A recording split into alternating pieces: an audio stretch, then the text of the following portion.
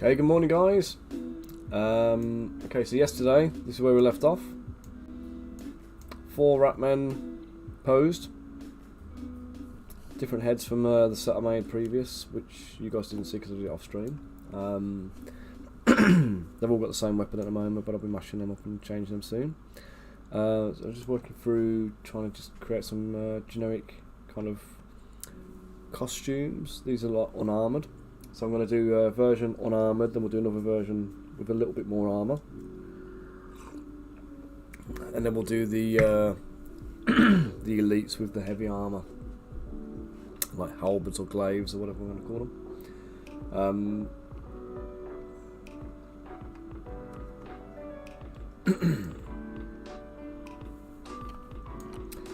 So yeah, so let's get working on them. Let's get them fleshed out and stuff. Let's fill the ranks. So the plan is we're going to do 7 generics. 1 second.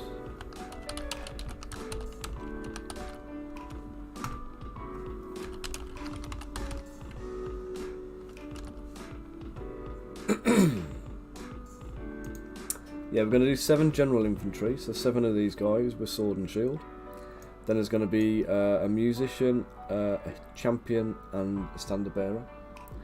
So we'll have a front rank of 10, and then the plan is then the remaining 7, I might do some head swaps on them, and try and bunk them up for another 10, so we get a second rank. The tails are going to be separate pieces because the plan with these guys is they're going to be cast in metal, hopefully. So if they're metal castable, then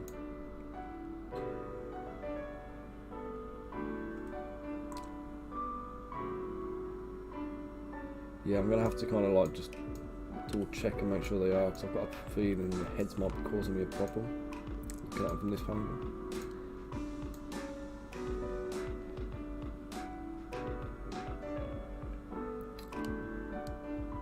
I may need to rotate the upper bodies a little bit just to get them in line with get the faces in line with the feet.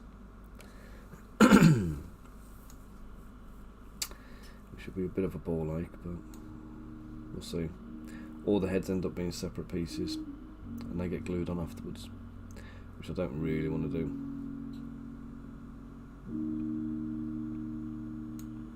Let's see how it goes. If they end up just being a resin army, they end up just being resin, don't they?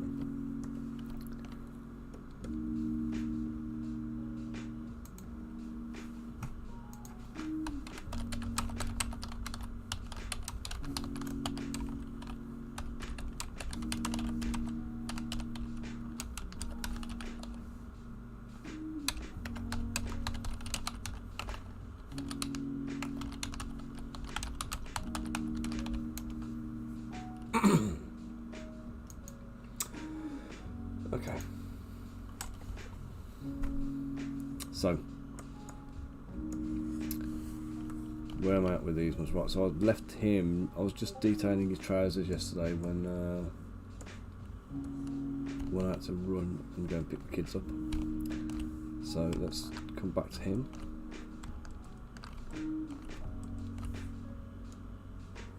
Oh, we've got the trousers selected. So let's just put some.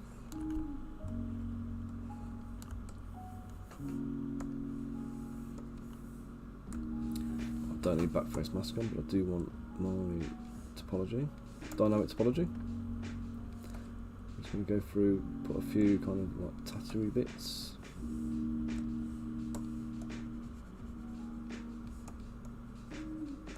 Should do this with a move brush really. First, let me just go hide this stack of shields because they're getting in my way.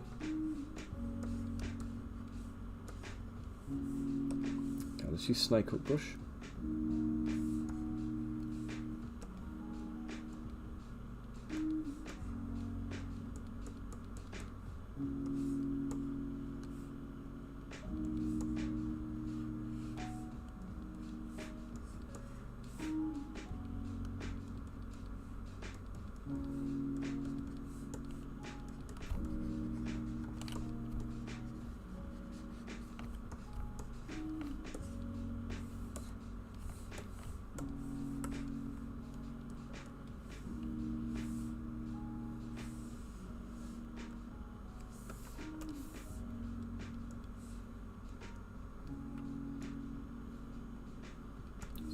much into it now with a little bit of the orb cracks brush. We've got lazy mouse turned off.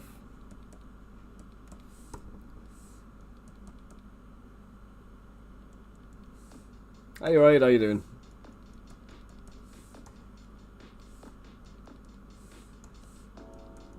Tell you how I'm doing today, I'm freezing, man.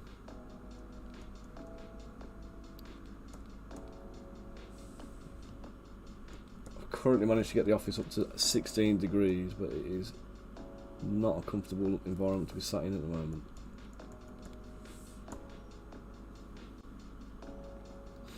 Making hair on your character. You're doing the hair on your character.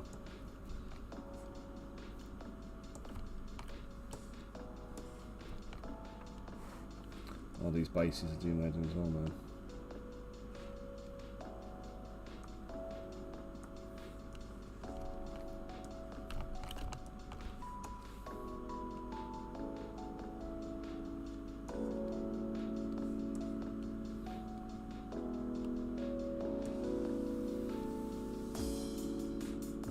So what are you making it work then, mate?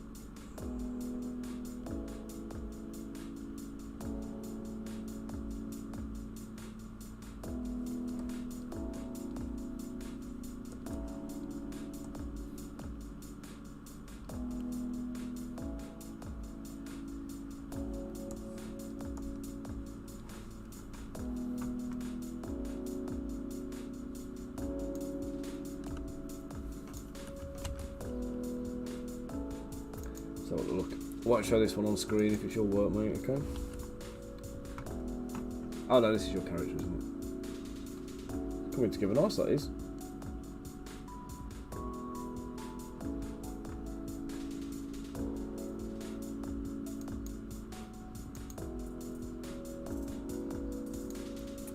It was more a case that it was if it was your work you were showing me and other stuff you're actually working on right now. Well, that's what you were sending over, but don't want you to get in trouble if you weren't supposed to show off client work or something.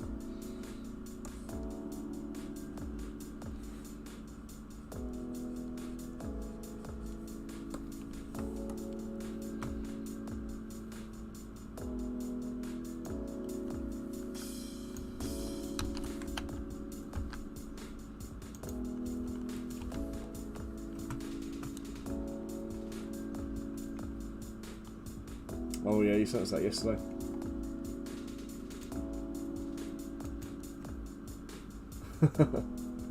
yeah, you did send me that one yesterday. No, I said I wasn't sure if what you were sending me was the stuff you're working on at work now. So that's why I said I weren't sure if I should show it on screen or not. It wasn't because I thought you were sending me something dodgy or anything like that, but it's more a case of wanting to make sure that you weren't going to get in trouble for showing off. Or if I show off your customers' projects or something.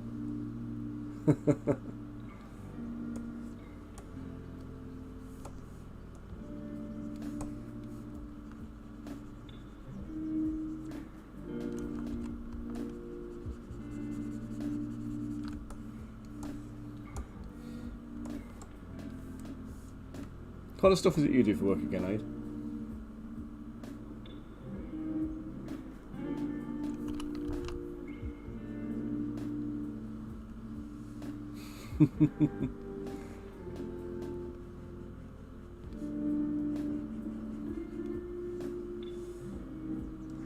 Oh yeah.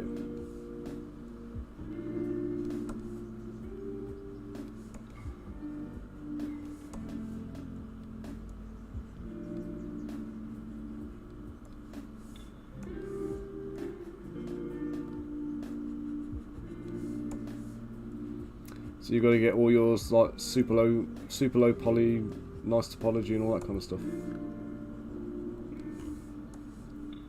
Oh my god. Too many models in the scene now, they're really starting to piss me off.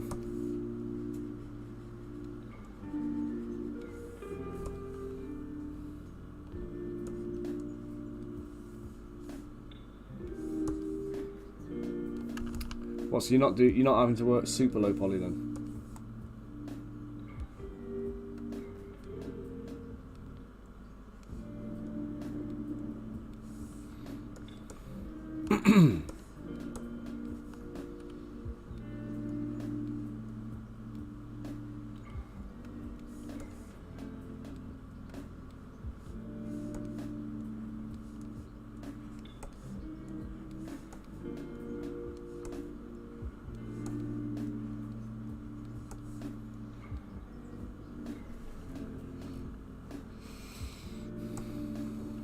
No, that's not too bad. I mean, I'll be honest, we tried to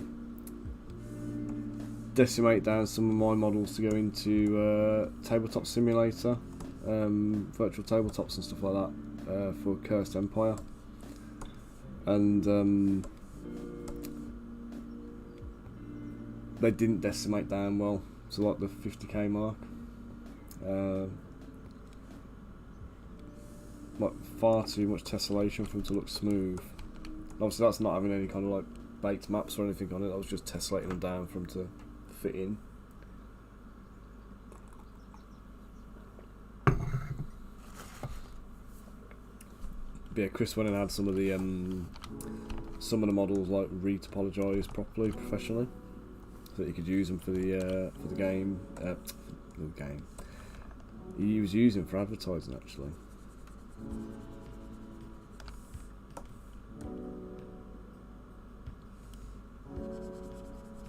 Yeah, we figured that one out.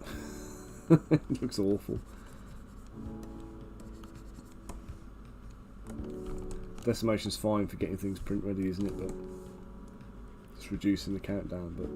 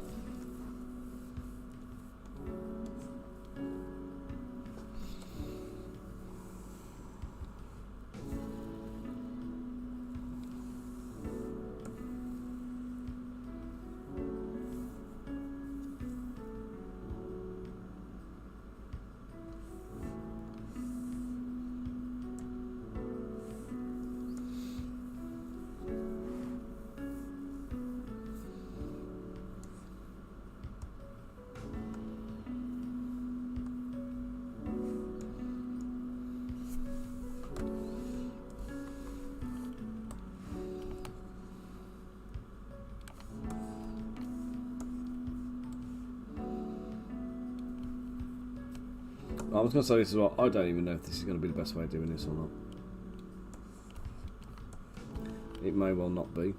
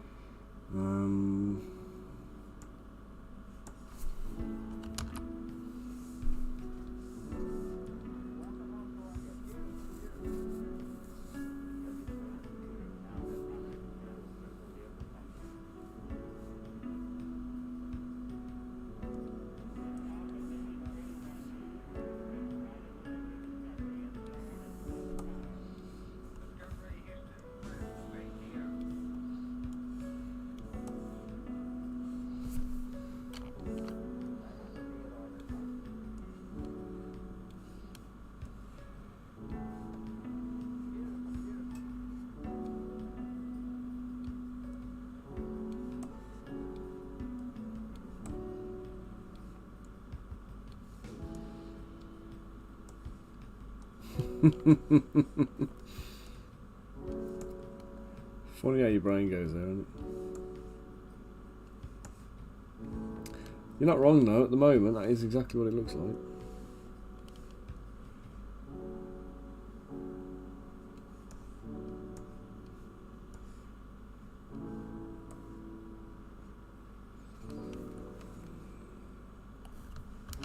So this is the curve modifier, mate. So you go to the gizmo type. I've gone to bend curve, and then use the over on the right hand side over here. Use this, move it back or forward to increase or reduce the number of dots we've got. So you make a long straight thing first. So that's what I'm going to do with the tails basically. I'm going to use the tails. So let me show you. If I take the tail, we'll duplicate this, and then what I'll do is we'll go to here, pop this boolean on, bend curve, and then we'll leave the first couple in place, and then after that we'll start increase the number in there. We can get a bit more shaping.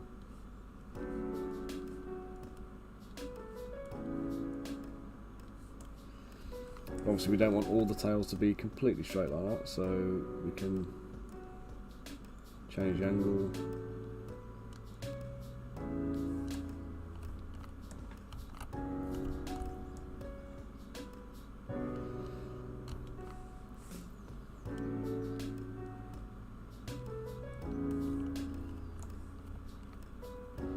So you guys have got one tail there, and then we'll go back to the next one. We'll hide that one, duplicate that. Same again, bend curve, reduce the number of dots to start with. It's always better to start with a lower number than a higher number. Let's go straight up with this one.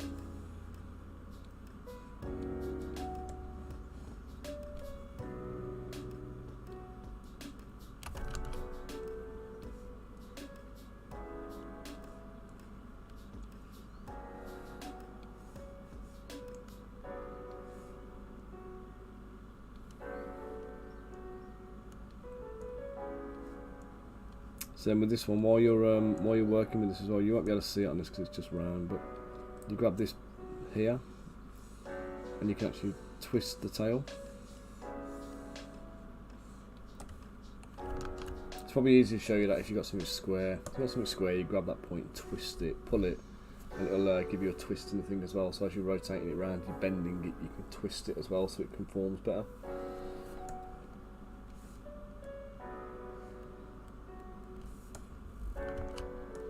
That thickens and thins it, obviously, it looks like.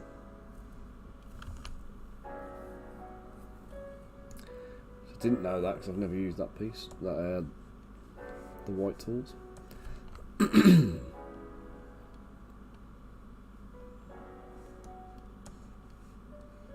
But I find this better than doing trying to make a curve brush.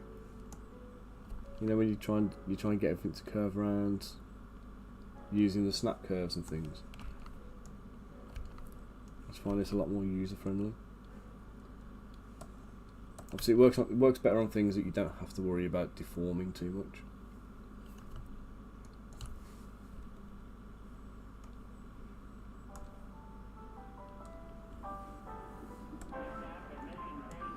But yeah, what I'm going to do is I'm going to take these tails, we're going to put them onto a little sprue, so you'll have, like, you know, 5 different tails.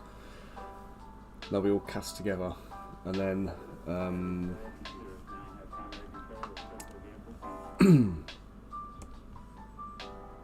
then you'll just be able to kind of take the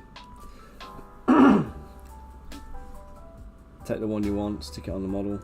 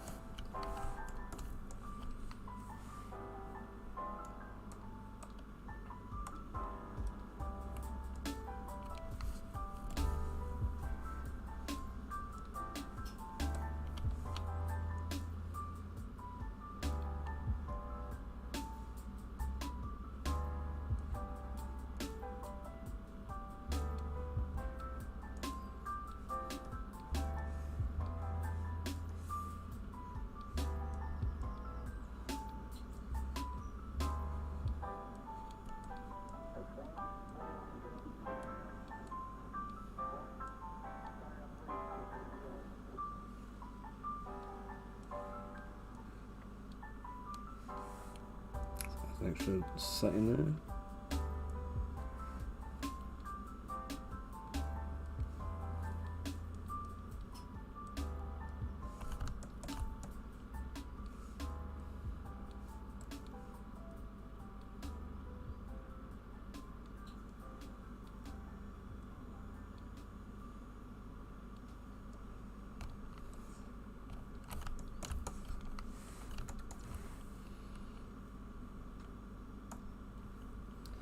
Let's leave it at that for now.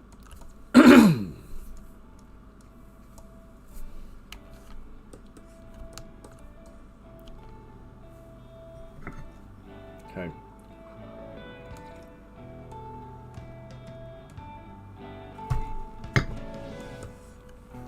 So I think my rope belt idea failed.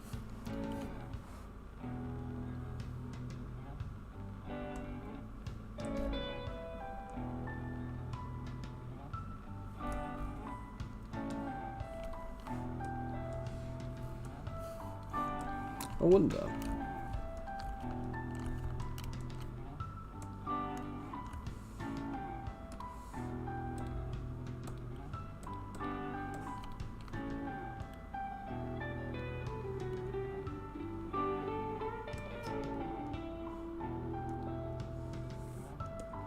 Oh, I actually can. Wasn't sure if I'd be able to isolate it enough to do it like this.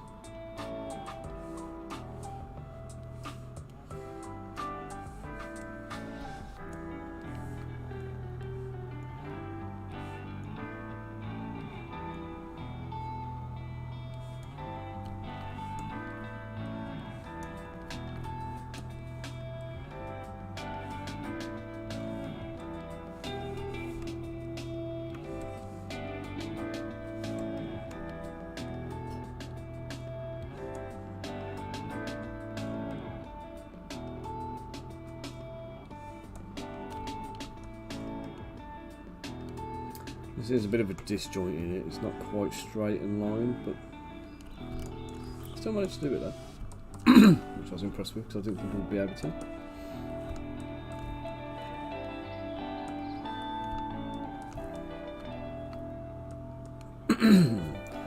I think I might just do these as they are and then just see if they're castable.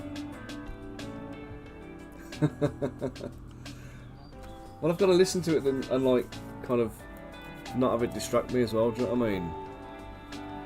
It's not too loud or anything today. I screwed up the noise balance yesterday, didn't I?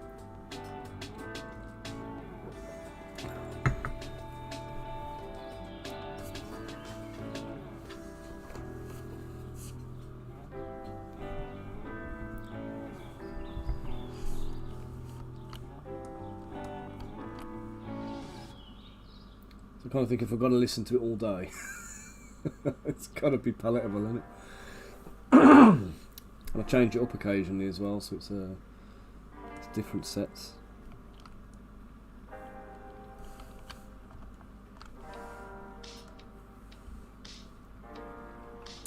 Right, let's use a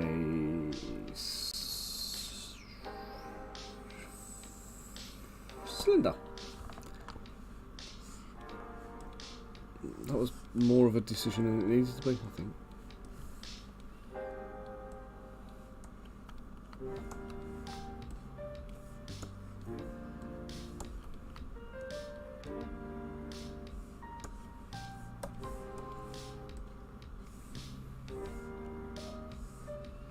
Go for a bit of the old hobo look.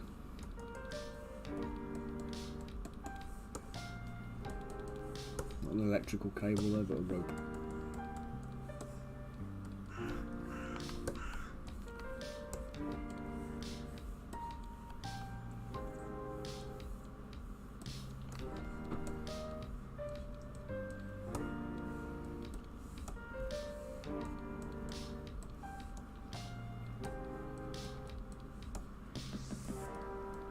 Do you know what? Let me just check something.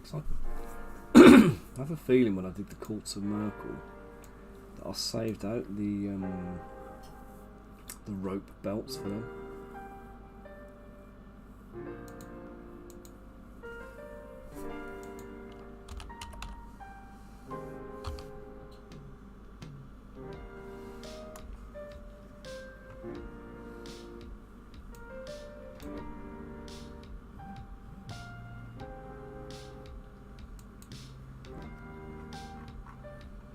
How did I not find the word rope when I know?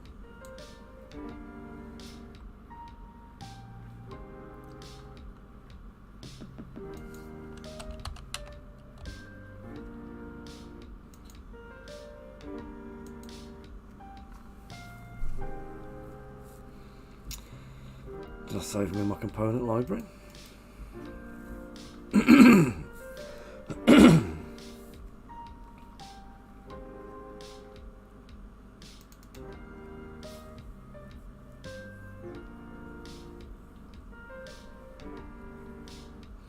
Nope, not there.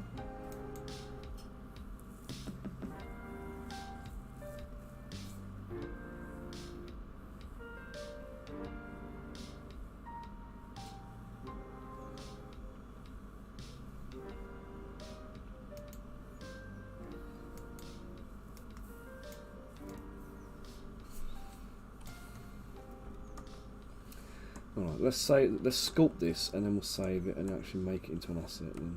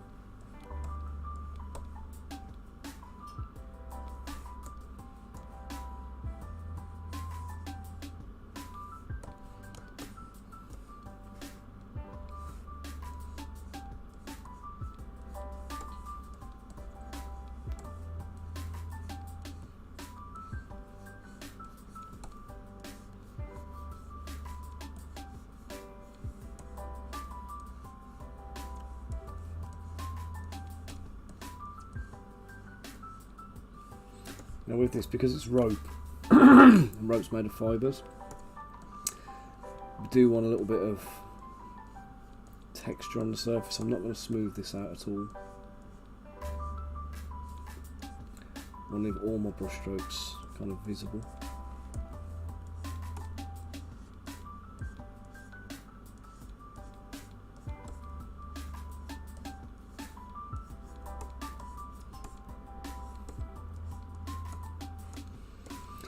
But that also means direction's really important on it.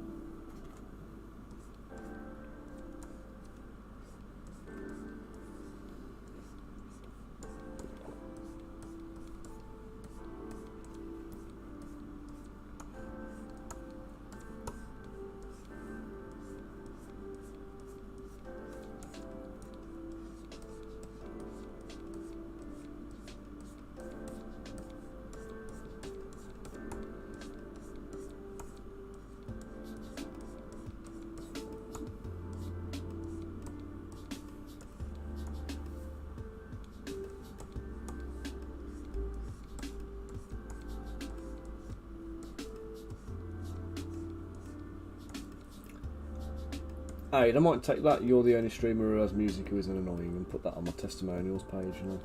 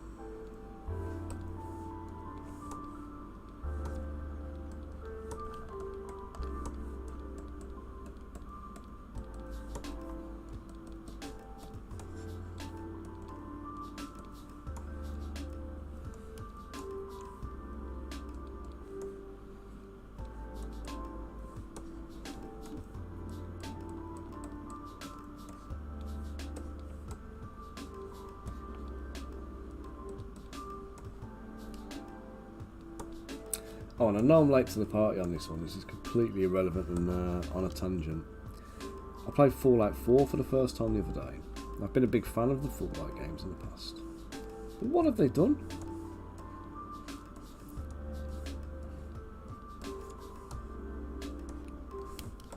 Like, I was expecting it to be more like Fallout New Vegas and Fallout 3, but they've put all this like resource gathering nonsense in there now.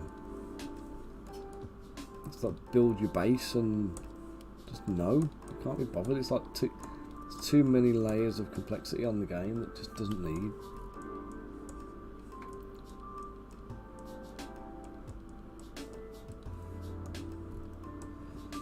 We had crafting in the old games, but like in you know, for equipment and armor and stuff, I'm fine with that. Suddenly they're throwing all this base building mechanics into it. It's just like, just no, man.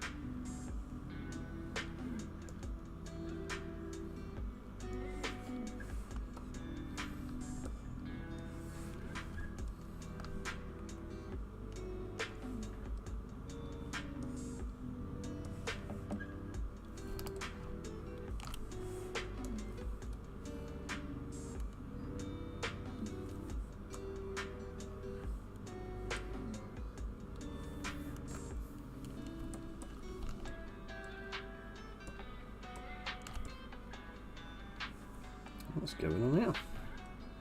Oh, that's what's happening.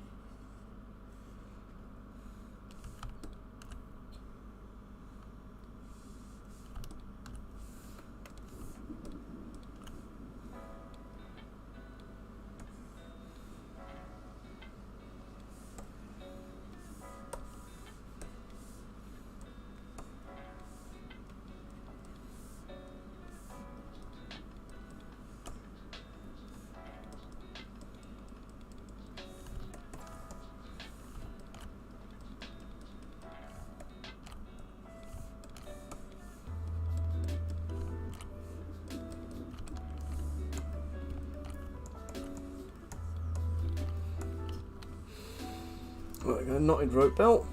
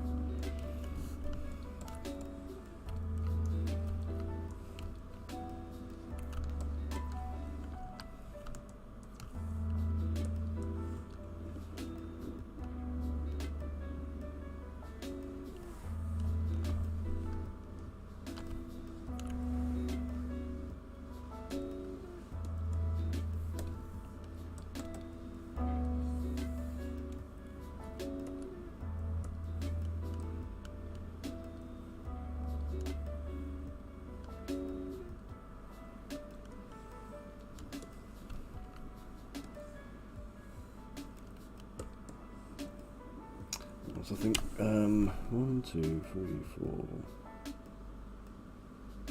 Probably these three need to be the command group. So we need to put another 3 normal guys in.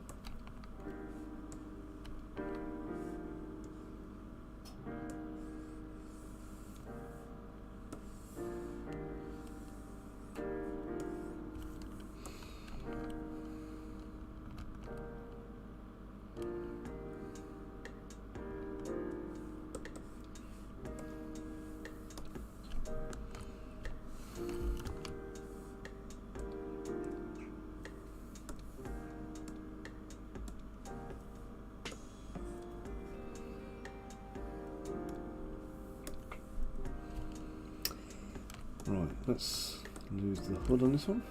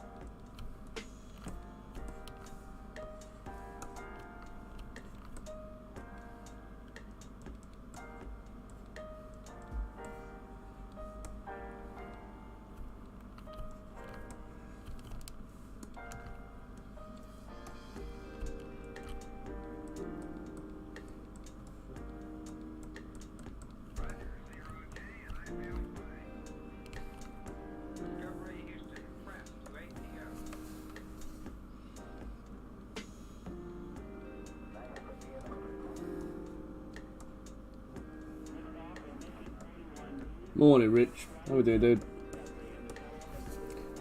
Great job on your halfling baker last night, mate.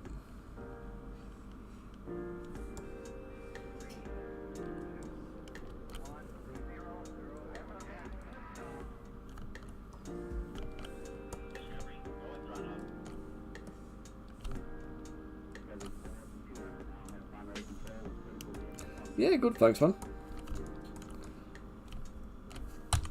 So I'm just trying to power through these and try and get them finished today, so I can move on to other stuff. Not that I'm bored of them already, like, but it's units, you know what I mean.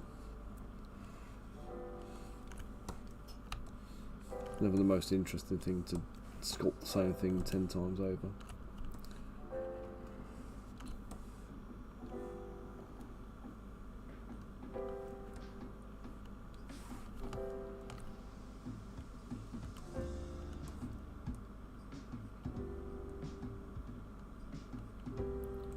7/8 was the thickness I was using, I think.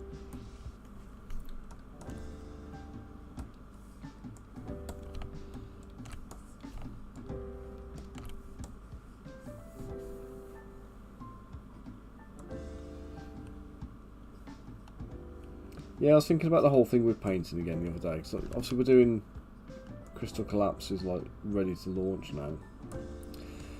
Got a meeting with the wood, with Max and the guys on Thursday to talk about launch campaigns. Ideally, I've kind of got one ready. I wanted to just kind of click go on now, really. But the oh, my arm's killing me. The whole what do you call it? Brian's gone dead. Sorry, I've stretched all the thoughts out of my head.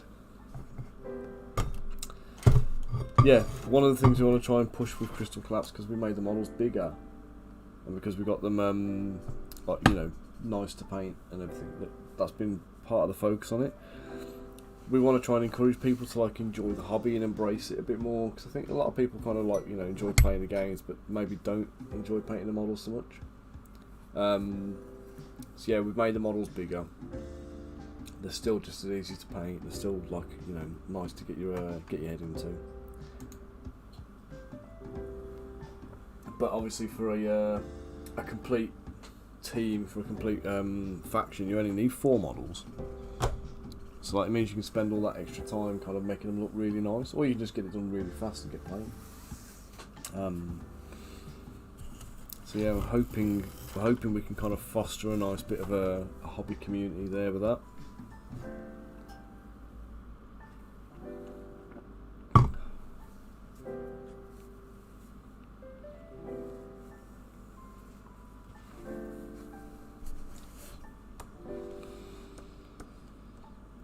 I feel like my brain's on a go slow today.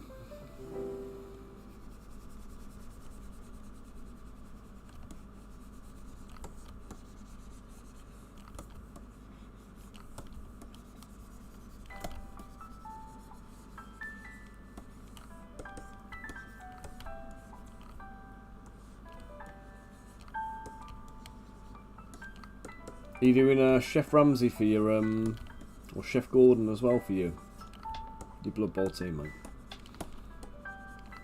Your little mini Gordon Ramsay chef.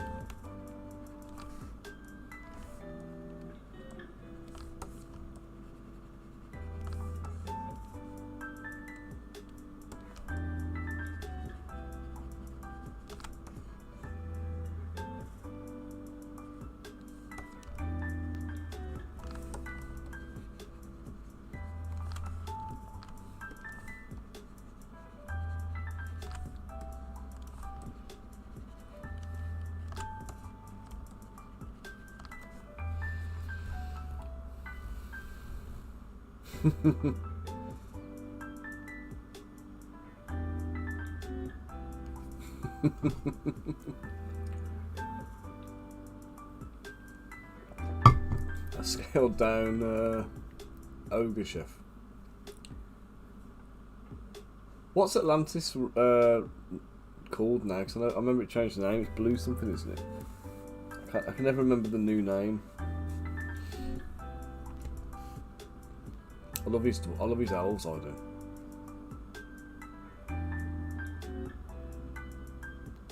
Print my minis. I keep seeing print my minis on the thing, and it didn't look like Dan's work. I thought print my minis was like a market, but not a marketplace, but you know, like a print on demand vendor kind of thing.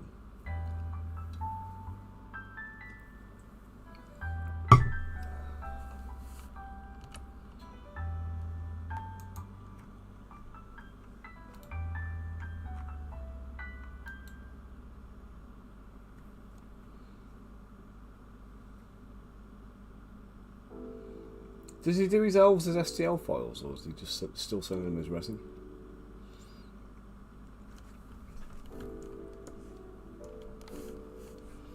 Because my only issue with the Atlantis stuff is that he's I find them a little bit small.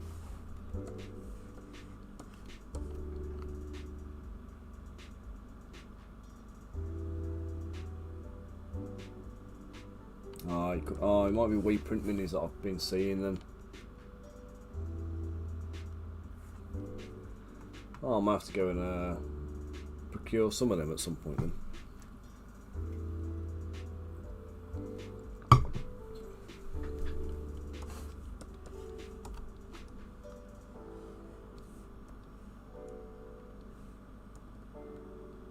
He's packed in, he stopped doing it. Has he?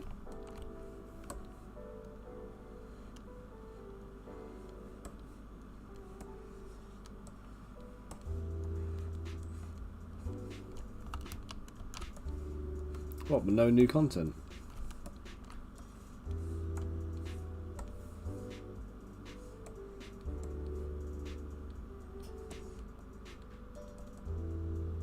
Yeah, do you know, I can't blame him.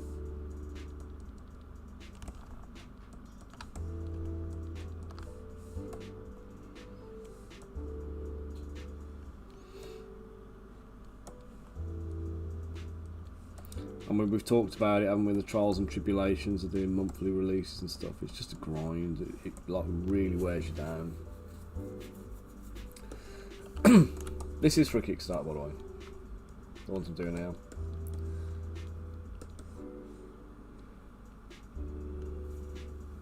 Don't think I've seen these dragons.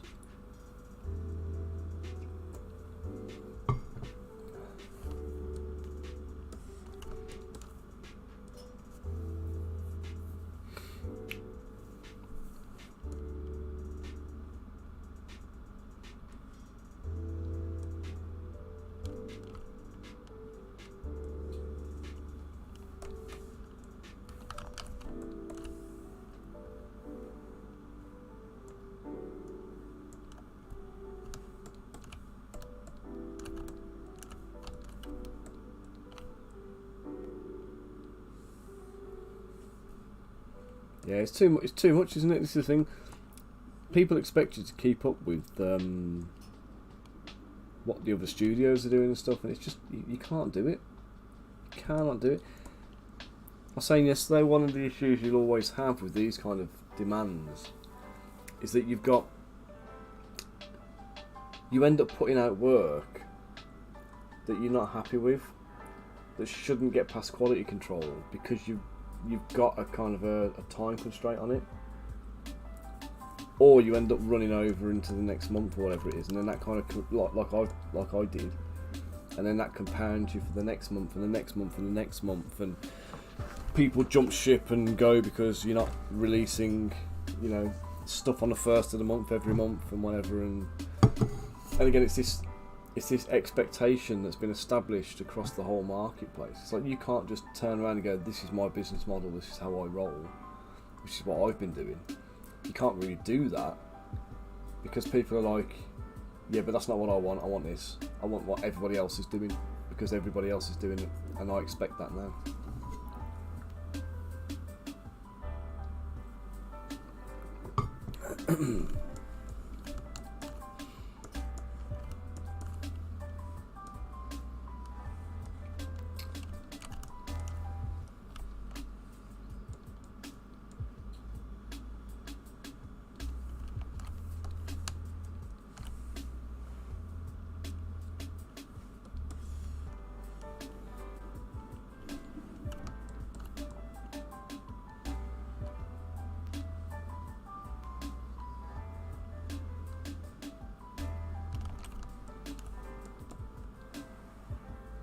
Oh yeah, man. Yeah, I'd love to see him. I really want to make some dragons as well. I've been put off doing them before because of like trying to, again, the time constraints of trying to get things done within a month. I'll be making Bamut anyway for Crystal Collapse, but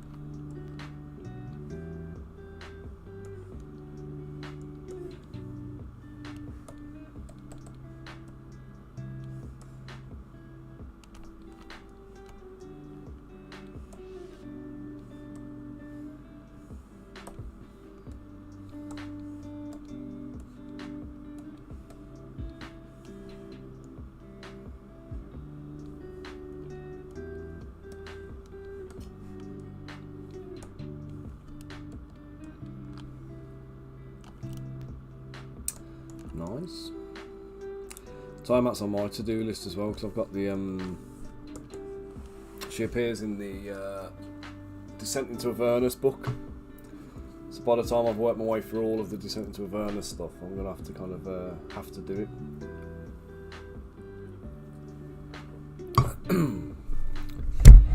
I might jump back onto the Avernus stuff soon, but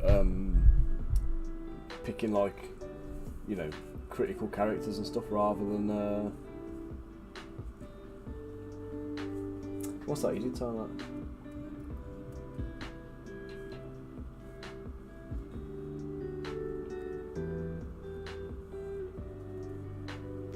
Do you know what? My ACF ran out fast as well. It wasn't 2 prints, but like I can go months without changing my FEP normally on a printer, and my ACF went so fast, it was crazy.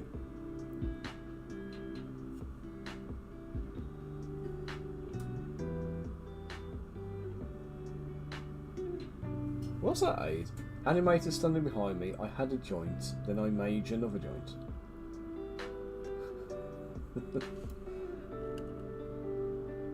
I made.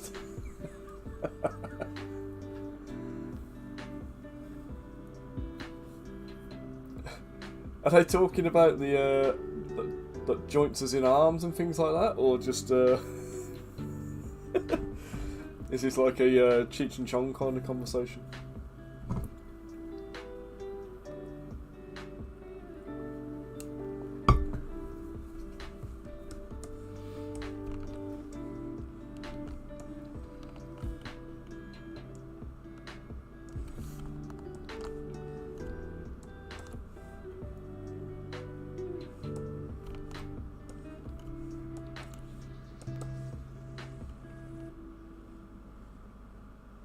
So these ones are my unarmoured clan rats, okay, so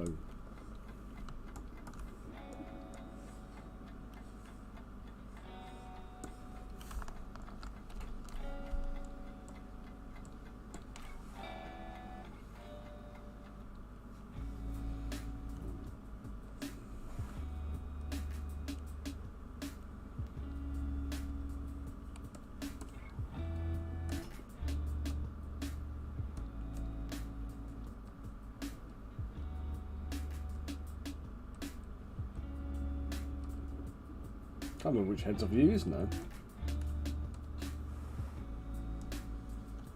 Not that it matters.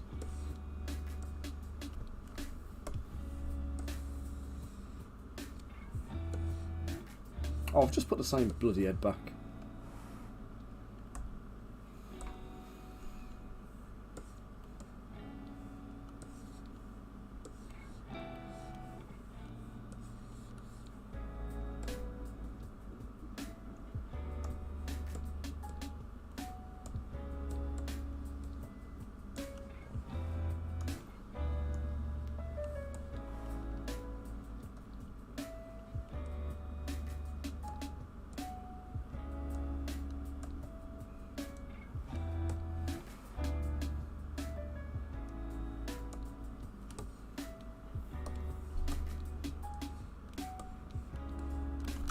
Oops.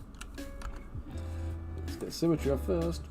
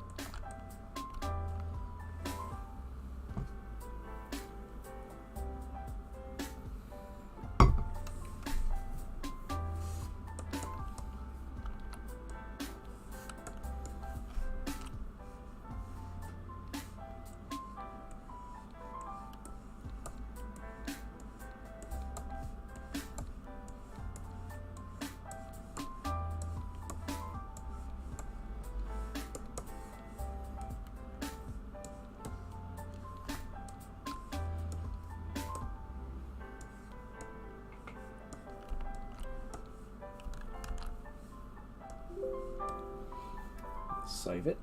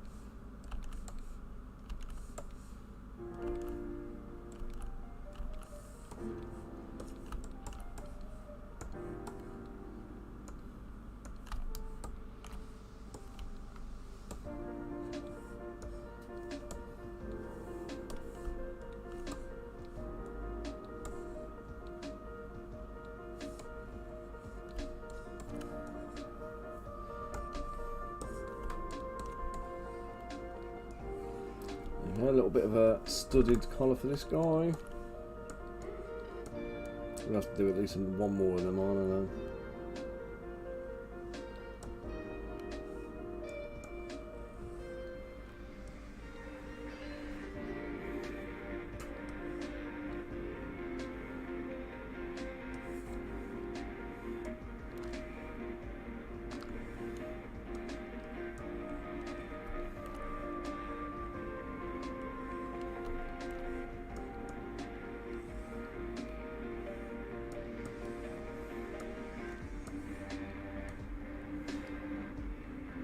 Maybe have them on trousers, I'm not sure.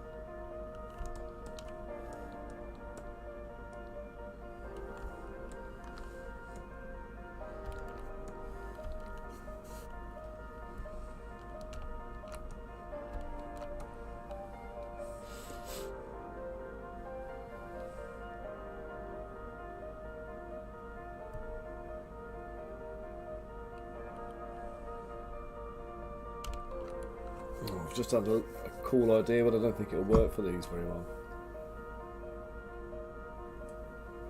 I was thinking about giving them all like reverse daggers, so they've all got like little karambit daggers or something.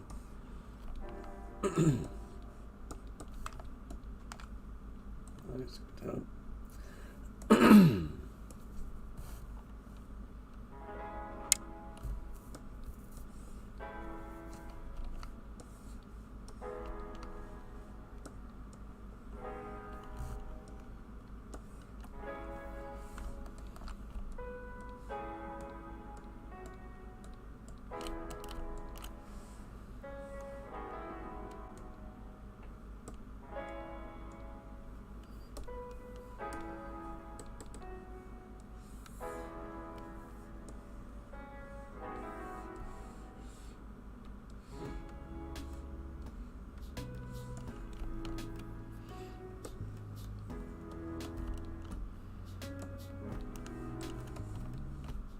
I could do. I mean, I'm going to change all the weapons up anyway.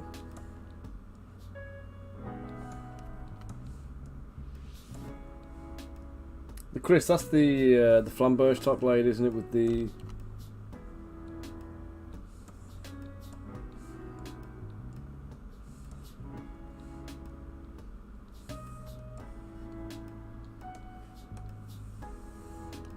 I've already got one of them in my library actually.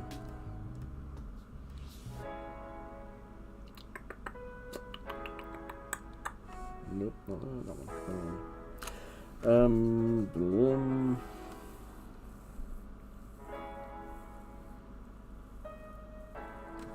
There we go.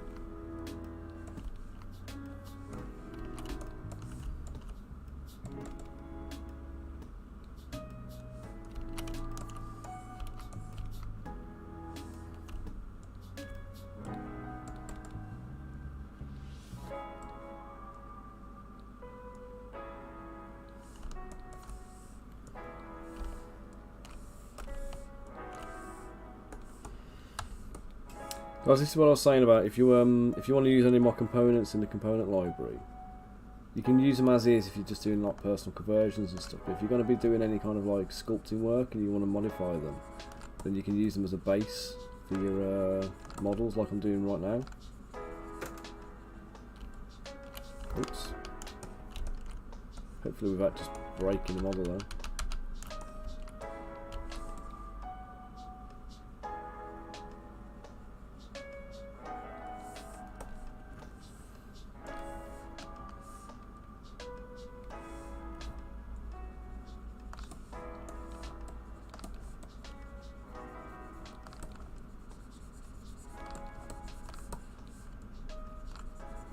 So you can see I've started with an existing dagger. I've changed the shape and the scale of the blade, thickened it up. I'm working on the guard at the moment. And I'm going to change the handle to make this a bit more ratty.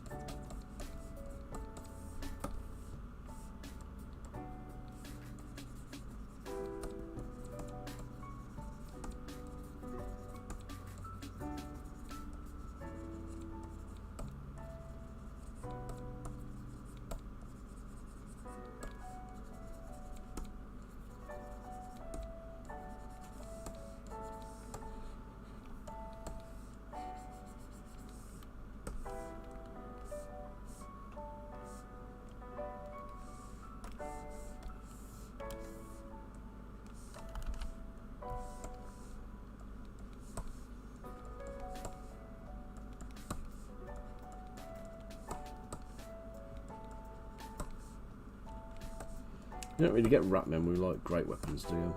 They tend to have like the big halberd, pole arm type things.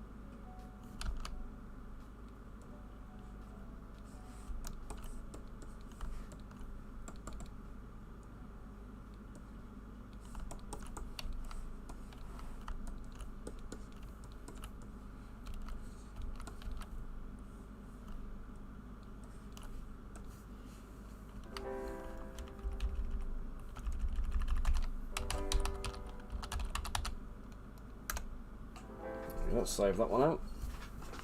Oh god.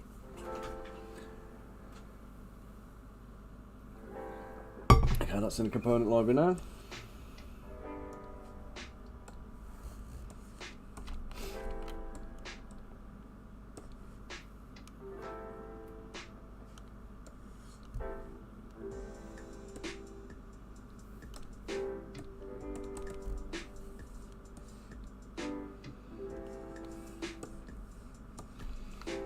The scale for that one's coming pretty damn perfect, actually.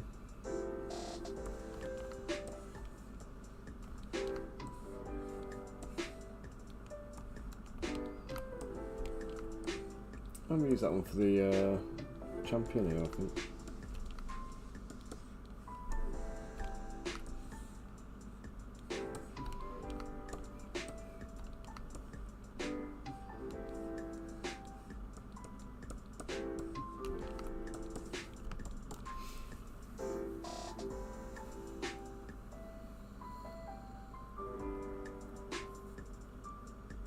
Oh, God.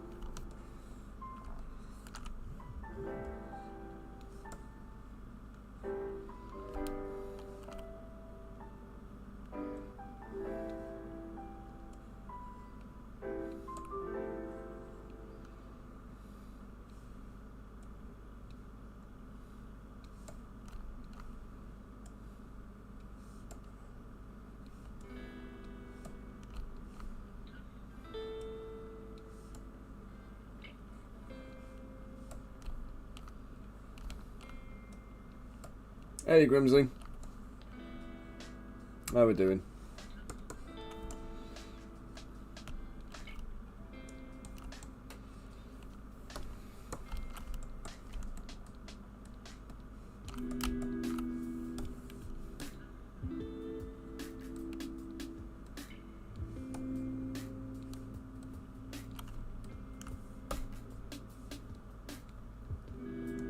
Nice, what you on today?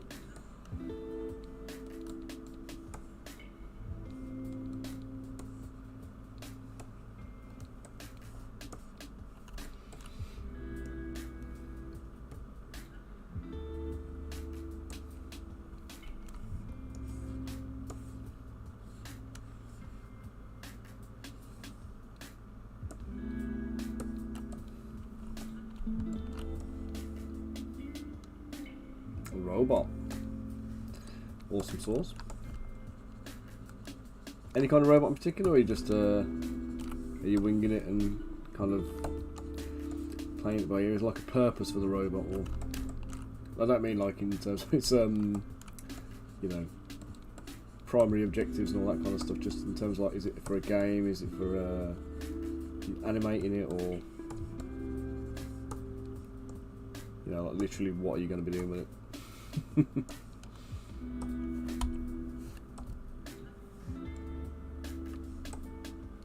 Right, have you got a load of reference material ready? Because one of the things I would say is, unless you're 100% confident in your design skills, don't try and design and practice at the same time. Don't try and design and practice technique at the same time. Because what you'll find is you'll start trying out all these like cool ideas and things, but then the actual sculpt itself will suffer because of it, because you'll be trying to execute something kind of clever or something new. If you can focus in and say, right, here is a design I'm working on, you know, download something. If you're not doing anything commercial, it's just for practice, just find a robot you like the look of and use that. Don't worry about coming up with something unique. It's kind of like trying to get your brain to multitask when you don't need to. So yesterday I was saying about the whole idea of you know, find a company that you like the models of and copy their assets, copy the models that they've made. It removes the design aspect from the equation. You haven't got to worry about how it's going to look or whatever. Gives you a solid thing to work with, and all you've got to worry about then is is executing the technique properly.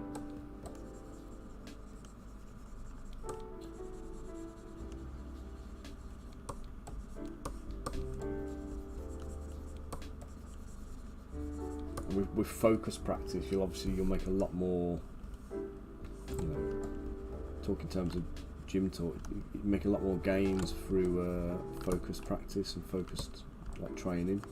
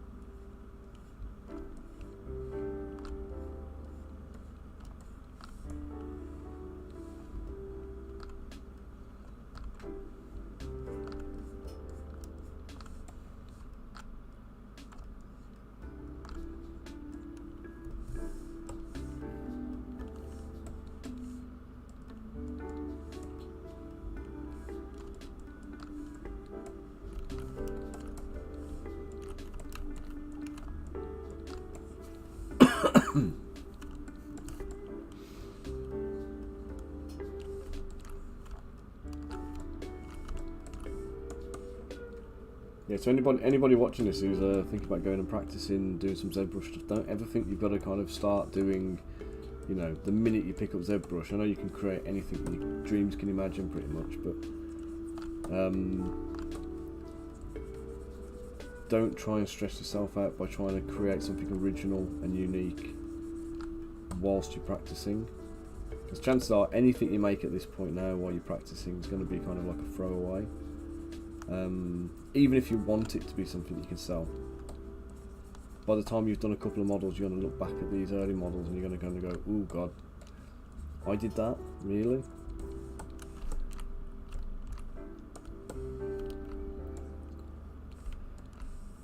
And in the ideal world, what you should see happening is you should reach a point where you'll end up frustrated with yourself. Like you do something and nothing you do is good enough for you. And it's a good place to be at, because basically once you reach that stage, that means that your eye for detail and proportion and everything else yeah, exactly. But you learn every time you make something, don't you? You do something and then you kind of go, okay, now I'm going to move on for it. But you particularly, your models take you a long time to get through, don't they? You know, the amount of work and stuff you're putting into it, by the time you start a project, sorry, from when you start a project to when you finish it, you've probably learned and evolved and would look at it and do things differently anyway. Whereas like for me, I'm doing these models so quick, I'll get to the end of it and go like, yeah, I'm happy with that. But then if I look back at like earlier on,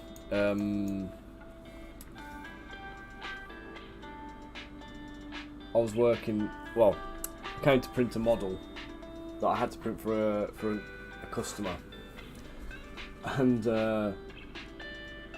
I went to load it up. This wasn't today, by the way, but I went to load this model up and I looked at it. I was like, I can't even bear to ship this out. And I ended up loading the file back up and then doing a sculpting pass on the model again. So I updated it from its original iteration to something more reflective of my current sculpting abilities. I spent about an hour on it, kind of like updating it, but yeah, I literally could not bring myself to send that model out. Like my Barbarian model, I love it, but I see flaws with it everywhere now. And I'm not talking about the. Let me show you the one I'm talking about. I think we'll load them into this all actually. Let me show you. It was literally one of my original. Oh, it's not going to do it. It's not going to let me do it, I don't think. I have a feeling it's going to turn around and it's going to say, oh, I can't do that because it's too old a version. Let's see if it'll do it. In fact, let's save this so I don't screw up.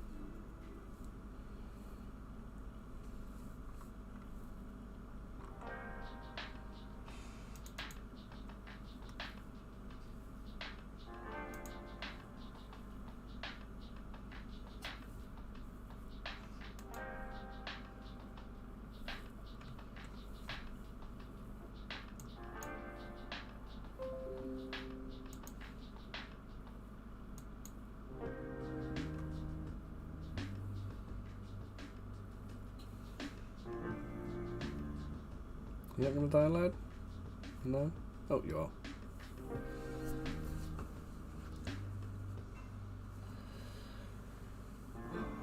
I was just going to pop you on a BRB and just obviously while this is downloading, hopefully by the time we get back it's No, Grimsy, don't do that. It's not worth going back and trying to do it. If you feel like that'll become a chore for you, that will. What you want to do is if you get to a point where you're thinking, oh, Piehawk, thank you for the follow. If you're about and you want to jump in the chat and say hi, please feel free to do so. Yeah, don't go trying to finish the stuff you've done in the past, because if you try and do that, what will happen is it'll become a chore. You're going to end up hating them, and they end up getting bigger and bigger and bigger. So you're making something new every day.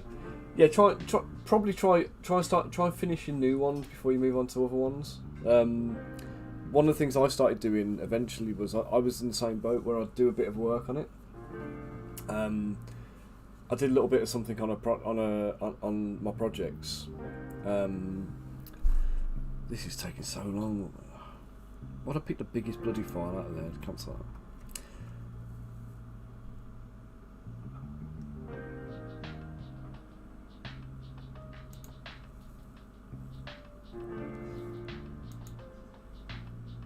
looking at these, a lot of these aren't even in my store at the moment for various different reasons. But the problem we find is that you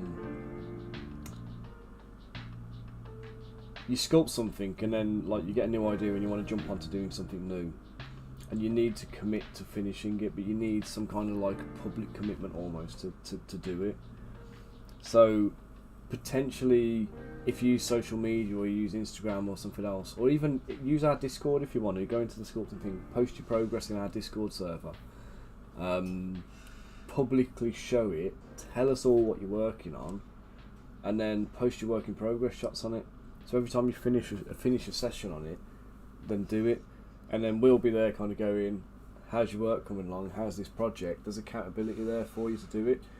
If nobody else knows what you're doing and you're just doing it yourself, it's very easy for you to kind of go, I'll just park that and come back to it later. I've got a new idea, I'm going to jump onto that. And you're chasing the shinies all the time. So yeah, so it's more a case of like, make yourself accountable. And for me, it was doing a Kickstarter was the one that pushed me over the line.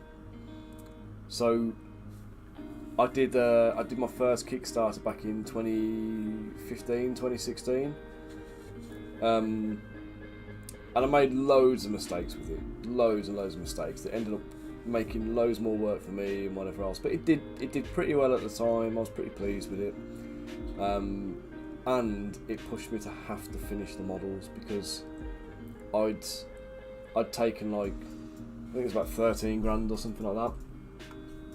It's about 13 grand worth of cash on that Kickstarter, so I had a financial commitment to deliver to the customers, and that was the turning point for me where I started to finish stuff. And you've got to remember as well, finished, not perfect. You're never going to get it perfect. If you're chasing perfection, you'll be doing it forever. Get it to a point where you kind of go, this is done, I'm happy with it, let's park it and move on. And that way you've got this, you're getting into good habits of actually finishing work. You can build a portfolio and you can kind of start making moves towards getting a job in the industry, or you can start looking at kind of building a range of your own that you can sell. But to do any of those things, you've got to have finished pieces, you know what I mean? And I say, from a portfolio point of view, again, feel free to use like, you know, concept art that's available online. You know, use artwork from kind of like mainstream things. Do it as fan art pieces. That's all fine as long as you're not planning on selling any of the stuff. Oh, cheers, Aid. Yeah, ping it in there, Grimsy. Come on. It's supposed to be 200 meg broadband, this is. There's no way it's...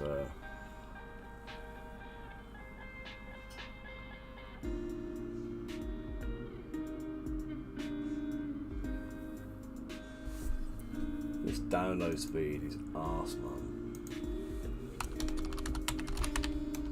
Let's do a speed check and see what Sky are actually giving me. I bet it's not the bloody 200 meg broadband I'm paying for.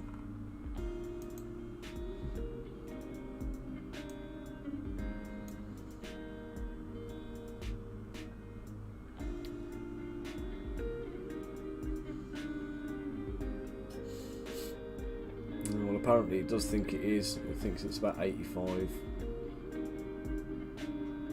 86.7 it reckons. Oh yeah, nice one, mate. Can you invest in Netflix as well? I reckon you make some money on Netflix.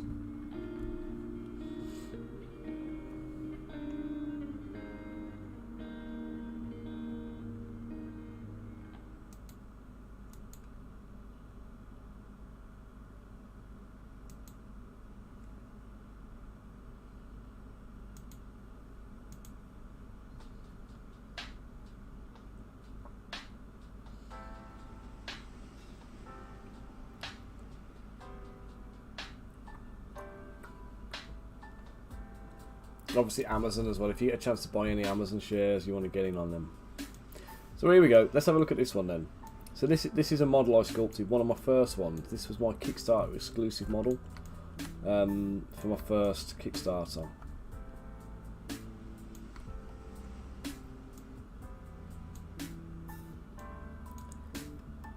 And I can see loads of issues with it already. Most of it is design stuff that I'd just do differently now, if I'm completely honest. And some of this was done like that. The fatness of that sword there, the edge of the blade. That was because I was having it cast, and the guys doing the casting told me to make sure I had a thick enough edge. Sorry, the 3D printing for me at the time told me I had a thick enough edge that they could put supports down the edge of the blade, and it wouldn't kind of like chip the edge, cause divots in it. But yeah, all in all, actually, do you know what? It's not that bad a model. It's not as bad as I thought it was going to be. There are things I would do differently for sure.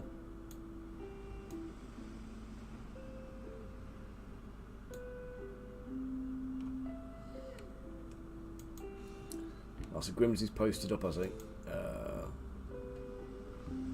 I say he. I assume he. Apologies if I'm wrong.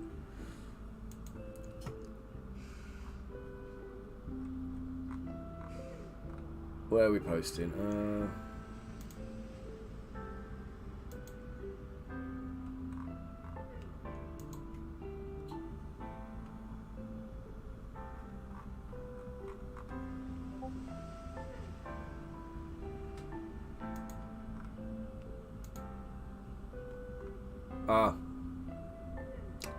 Thanks for the shout, Aid. Didn't pop up with my things. Okay, Grims, let's check it.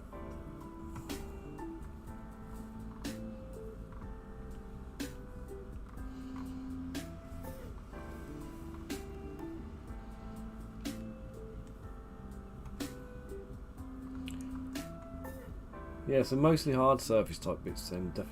Definitely a little focusing guns and stuff like that. What's your goal, Grimsy? What you aiming to be doing? What's where is it you want to get to?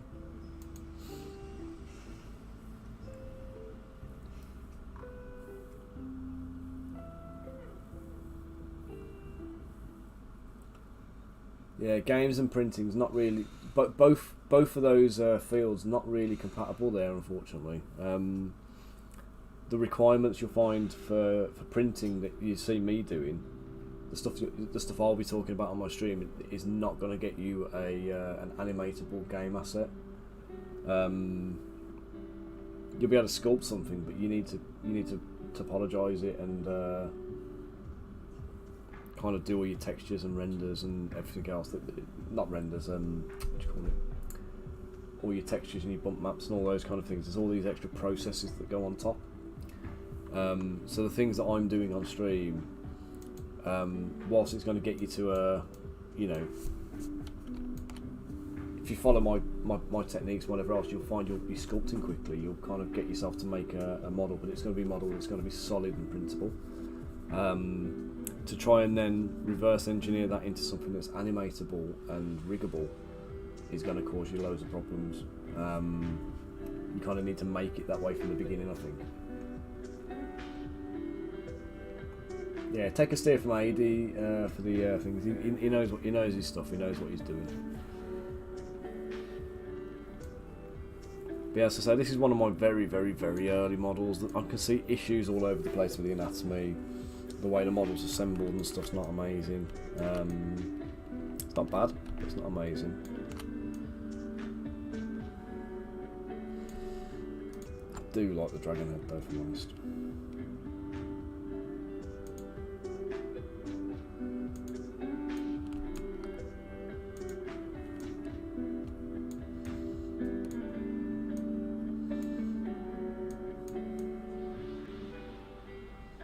You can see I went in there with loads and loads and loads of texture.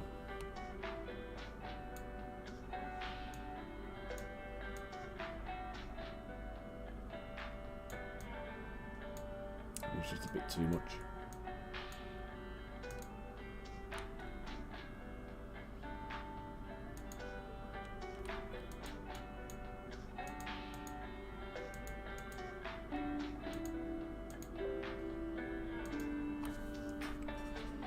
Let's get back to my old new Ratmen.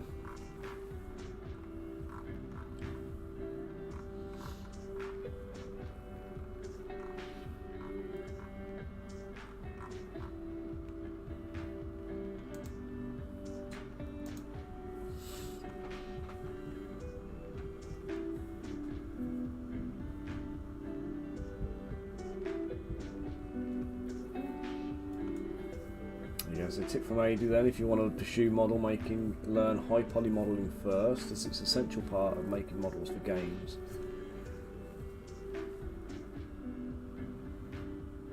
As it's a requirement for painting the models. Yeah, because you can't paint onto low topology. Well,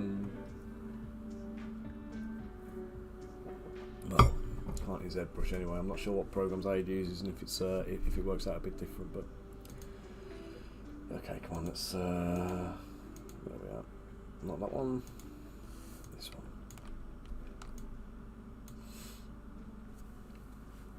Okay, so I'm going to pop you on a BRB for a bit while I have a quick leg stretch and grab a brew. And then we're going to carry on, resume some more Ratman sculpting.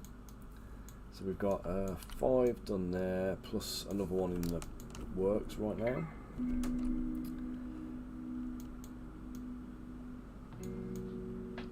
Then we'll need to do one more standard Ratman and we want to a command group. So I'll get these done, and what I'm going to do is I'm going to go through them. I'm going to add fur and other individual assets to them to kind of vary them up a little bit. But I do want to keep these guys quite simple, so it'll be a little bit of a wrap around a wrist, or it'll be a little cuff or something like that. Nothing kind of too dramatic. Possibly the odd eye patch or something like that, and then we'll do a little mixture of different things going on then. And then what I'll do is I'll take them into the next form, and we'll do spearman versions of them. So we'll do a version of them with a spear instead of a sword. And what I'll probably do with them is merge them all together, and then I'll leave the bodies as they are probably, and then I'll take the heads and we'll swap the heads around, change the heads up. So there'll be certain parts. I'm going to get a whole set of these done here in pieces first. Then I'm going to take these pieces. In fact, you know what I could do? I could take all the different legs, chop them all off at the waist, and then take all the upper bodies, and then we could mix and match them, and we could move them around. Now, not for you guys to do at your end, but for me to do to kind of speed up the process of making more units. So we'll have a go at that in a bit. So let's put you on a BRB for a second. Feel free to head over to the store. The discount code is live and actually works. There you go. It expired yesterday when I posted it in the chat, but it's actually live now. So if you want to go and grab any STL files or anything else, you've got the 25% discount code that's live today. So I'm just going to go and grab my brew, stretch my legs, and I'll be back in a couple of minutes. Okay, guys? Don't go away. See you in a minute.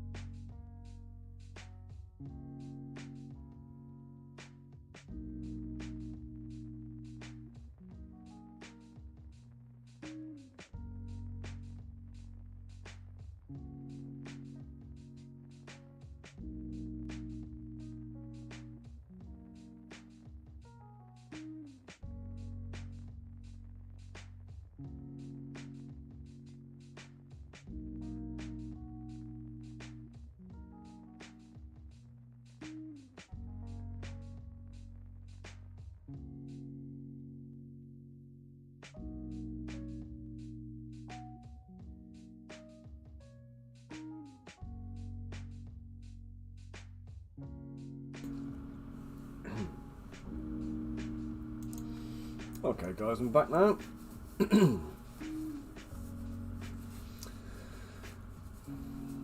Snacked up and everything, ready for re-energised and ready to do a bit more work. Indeedy do, indeedy do. Right then.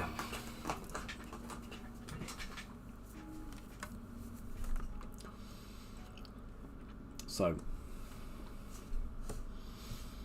I think I was going to give this guy a studded skirt, like a bit of armour on the legs.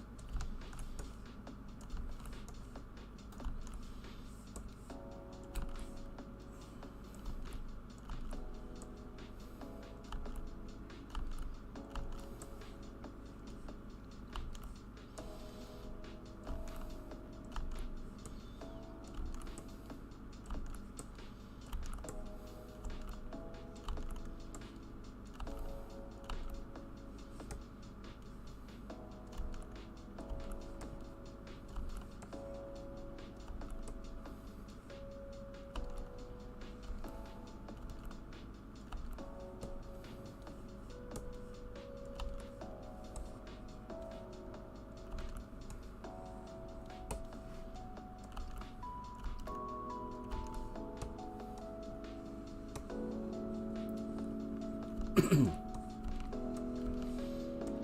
we go. Hey Ginger, how you doing?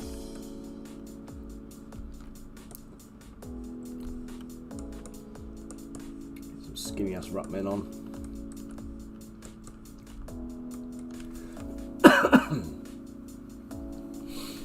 What are you up to today, man?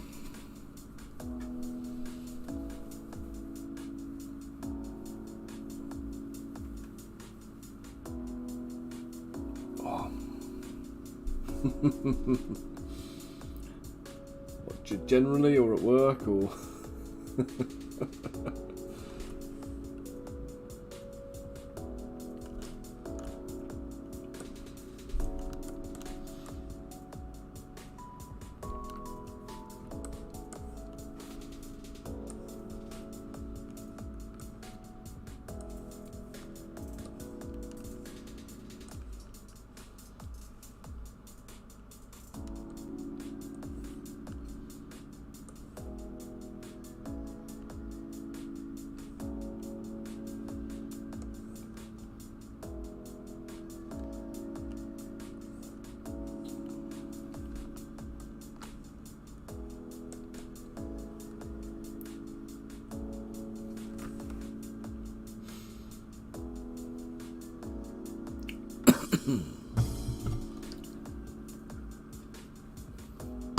Oh god, that coffee is hotter than I thought it was.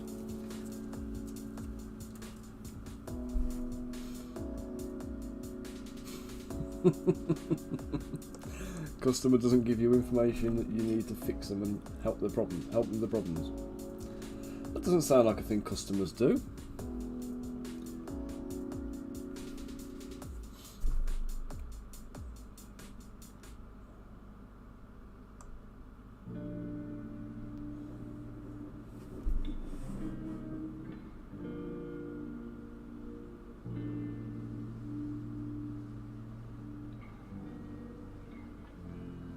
Don't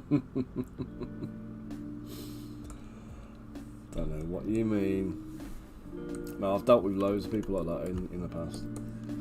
We used to do first line tech support as one of my first ever jobs, and like basically I worked for a company where we had all these contracts where we used to send out like laptop kits to people, and back in the day here, I'm talking like a laptop kit was like, it was a massive hard briefcase, like a suitcase, with a laptop that was about 4 inches thick in it, and there was like a printer, a mobile printer, all the cables and everything else. But like this is like, we're going back, 25 years.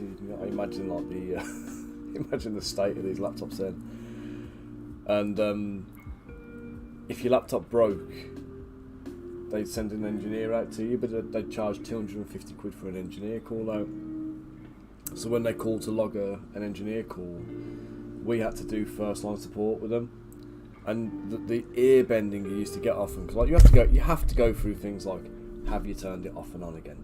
Do you know what I mean? All those kind of simple things, and you kind of like, all right, I know this is like teaching you to suck eggs, but we're going to charge you 250 quid if we send an engineer out, and if they just have to turn it off and turn it on again, you're going to be out of pocket and look stupid.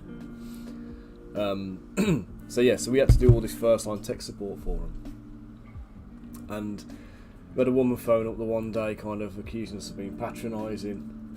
What, suck eggs? It basically means teaching you something you already know.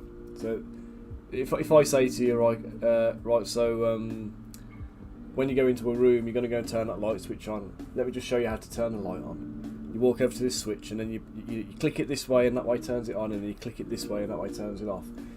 It's something you shouldn't have to tell people, but sometimes you do. You don't always necessarily have to assume everybody knows it, but yeah. So this woman phones up, really kind of like aggroed, and she was working on a desktop. She wasn't working on a laptop. She says my computer won't turn on. Won't turn on. All right. Have you turned it on and off again? You know, you go through all the whole things. Can you please check that all the cables are plugged in properly? Okay, I'll go get a torch. She got proper stroppy with us about this whole thing. Do you think I'm an idiot or something? Do you think I haven't got all the cables plugged in? Do you think I haven't already checked that? Like, well, I'm on the phone with you now. We're doing tech support. Can you please check all your cables are plugged in, satisfy me, and make sure, you know, I'm happy to send an engineer out. All right, let me just go grab a torch then. So there's a torch. So yeah, she says we had a power cut. Right, yeah, power cut and your computer won't turn on. Yep. Okay. Still think you need an engineer? So she's accused me of being a patronising bastard.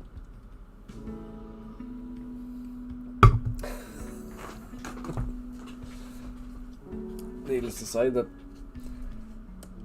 the power cut was the reason the computer wasn't turning on, not the fact the cables weren't plugged in. Had another woman complaining that the foot pedal wasn't working on a computer.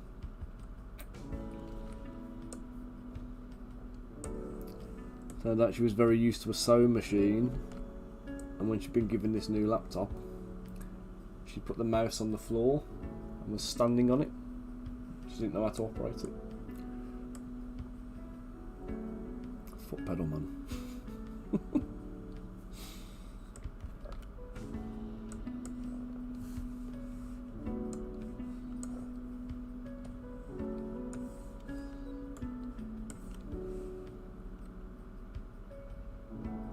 Yeah, it's crazy, isn't it?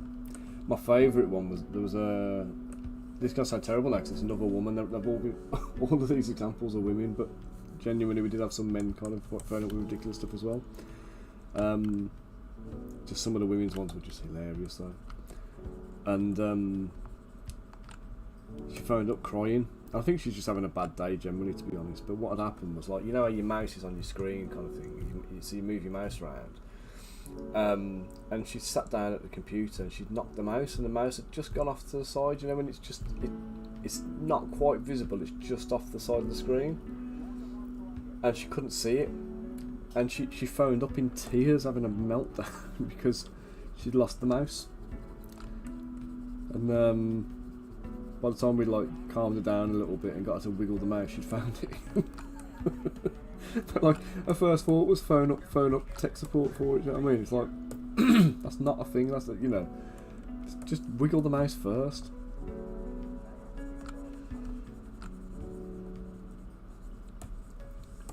Yeah, she must have been having a bad day or something that day.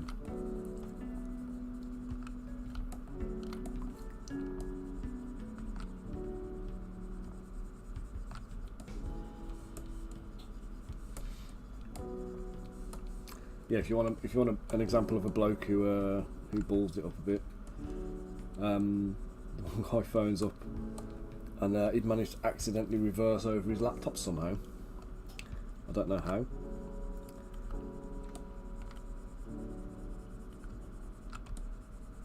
But yeah, he'd driven his car over it with both sets of wheels.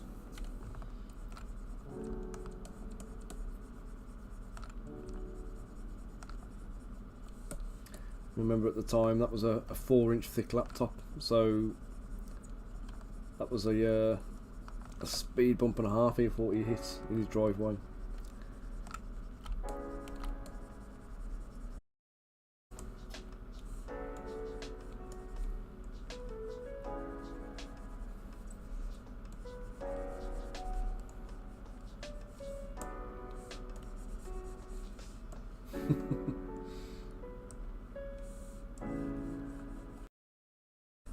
Hazard and risk analysis and all that kind of stuff. And for the most part, it's just a box ticking exercise, because you've got to have documented risk assessments for everything the guys are doing. But the guys need to be briefed on it. They need to know what they're doing. And when I started this job, I had to do some audits, and I went into the one department, and they've got all these risk assessments for making a cup of tea. And just silly domestic things, and I'm like, alright, we can get rid of that one then, let's get rid of that. No, we need to keep that, Why do you need a risk assessment for making a cup of tea? It's something you do, like, you know, it's a domestic for that. And he went, yeah, well, we've done it now, we might as well keep it. I said, alright, keep it, but if you keep it, I'm going to audit it. So I'm going to come in, I'm going to check your procedure, we're going to interview staff, going to make sure everybody is making tea in accordance with your health and safety procedures, and if they don't, you fail in your audit. So needless to say, the risk assessment didn't hang around on that one. They got rid, thankfully.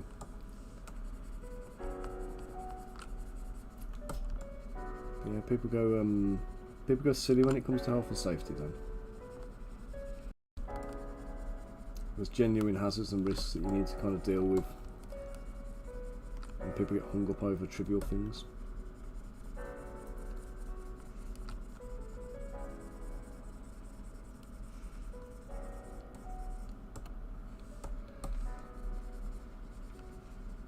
Although the worst one I ever had was an environmental auditor, actually.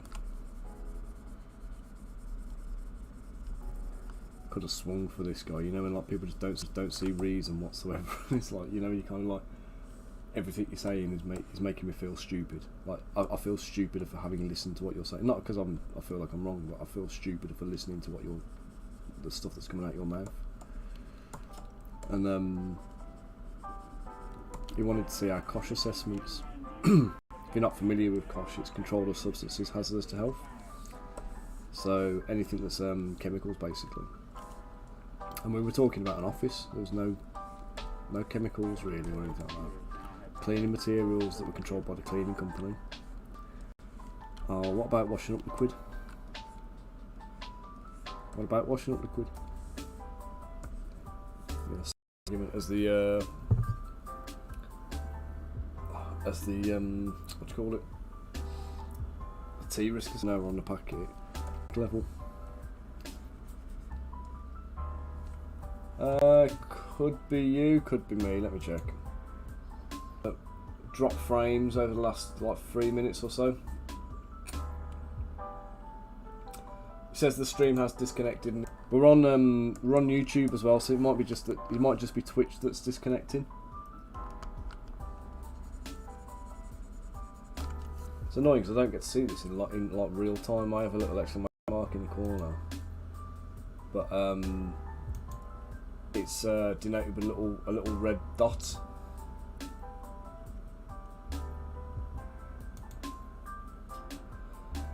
Right, Streamlabs has detected a drop in frame rates. Some frames have not been uploaded. Usually right into a poor internet connection.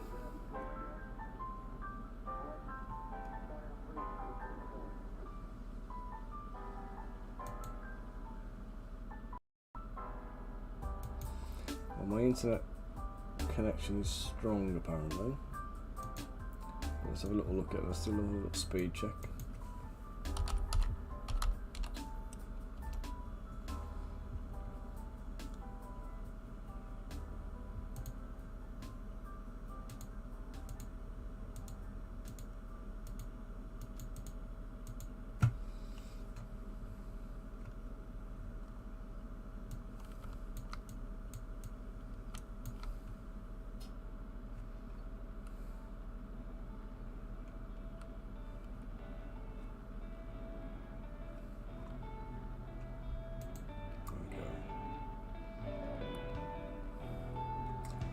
I'm just running a connection check on my Sky just to see if it's oh,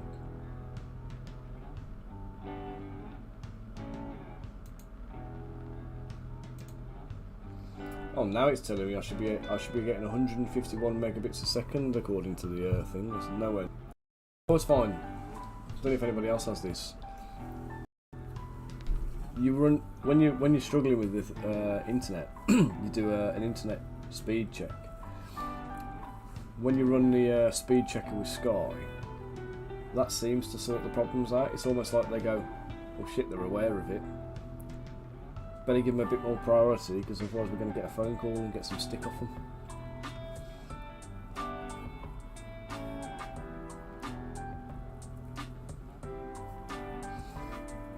Okay, right, it's telling me there's no issues, so hopefully now that I've called them on it,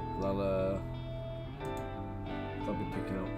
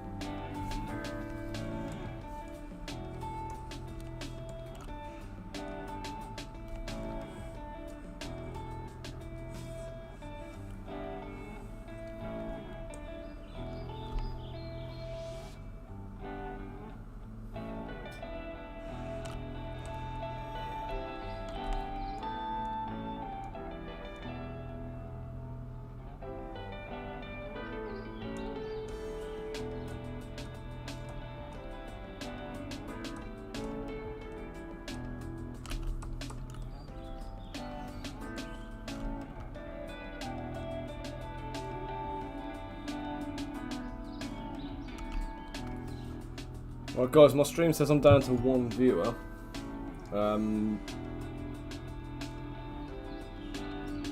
Is it live at the moment? Can't even tell.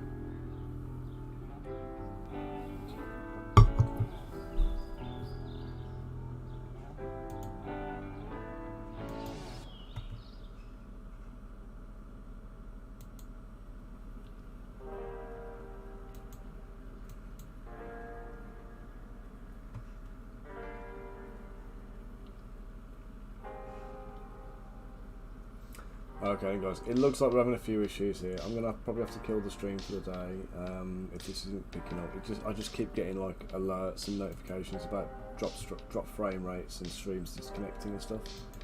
So in the interest of you know, not trying to flog a dead horse and